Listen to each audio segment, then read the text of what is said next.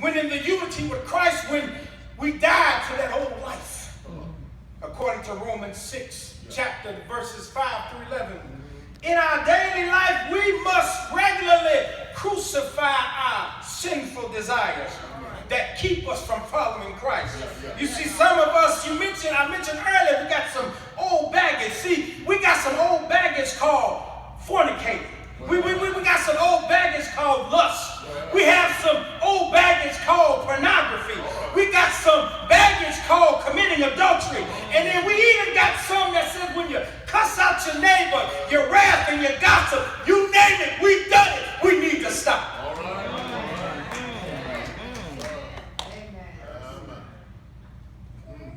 No wonder why half of us are so burdened down. Because we got some baggages that are weighing us down. Yes, sir. Need to shake that stuff off. Yeah, that's right. Cut loose some of that baggage. Cut loose some of them people that don't mean you no good. Cut loose them jokers who say, oh, I'm with you till the end. And then when all hell breaks loose, you can't find them.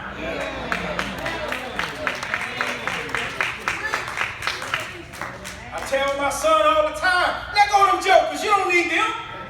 They ain't got a heaven nor hell to put you in. But you call on Jesus. And he'll sure make a way for you. He'll make a way out of no way. He'll turn a cloudy day into a bright sunny sunshine. He'll turn a sour note into a sweet melody. That's the God we serve. Leave them jokers in the past.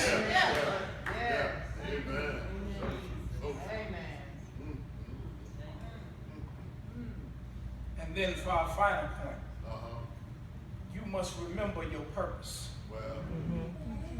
You got to remember your purpose. Amen. God didn't have you created for you to sit in that pew and to do nothing. He didn't call you to sit on your 4 point of contact, but he told you to get up and to come out of these 4-cornered walls and go out and reach those who are lost, who need to be found. Yes, you in here, but look around, it's still empty. It's still empty. So I challenge you, go out and reach those who may not be found. He didn't give you the promise of the commission just to sit here. All right. But you go out and you grab somebody and you help them out. You pay it forward. We drift when we lose sight of why God left us here on earth. Our goal is to participate in God's redemptive plan for the world. If we embrace our purpose, we gain power. According to Ephesians, the 1st chapter, verses 3 through 12. The definition for purpose is the following. The object which one strives, or which something exists, or an aim for a goal, as a result or effect that is an intended or desired an intention, the matter at hand, the point at issue. We got things to do. People to save. People to encourage. Not to sit on your backside and do nothing. God's purpose for us, he directs us and carries out and sustains our salvation. Why is it important that you ask? When we respond to Christ's love by trusting in him, his purpose now becomes our mission. St. John, have you committed yourself to fulfilling all of God's purpose this morning? In remembering the purpose, there are 2 things that we must remember. 1, to know him better. 2, the scope of his salvation.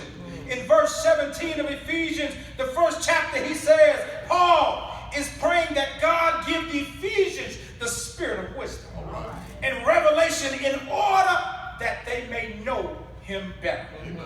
Verses 18 and 19 says, he is praying that the eyes of their hearts may be enlightened in order that they may know the hope to that which he is called. The riches of his glorious inheritance in the saints and his incomparably great power for all of us who believe.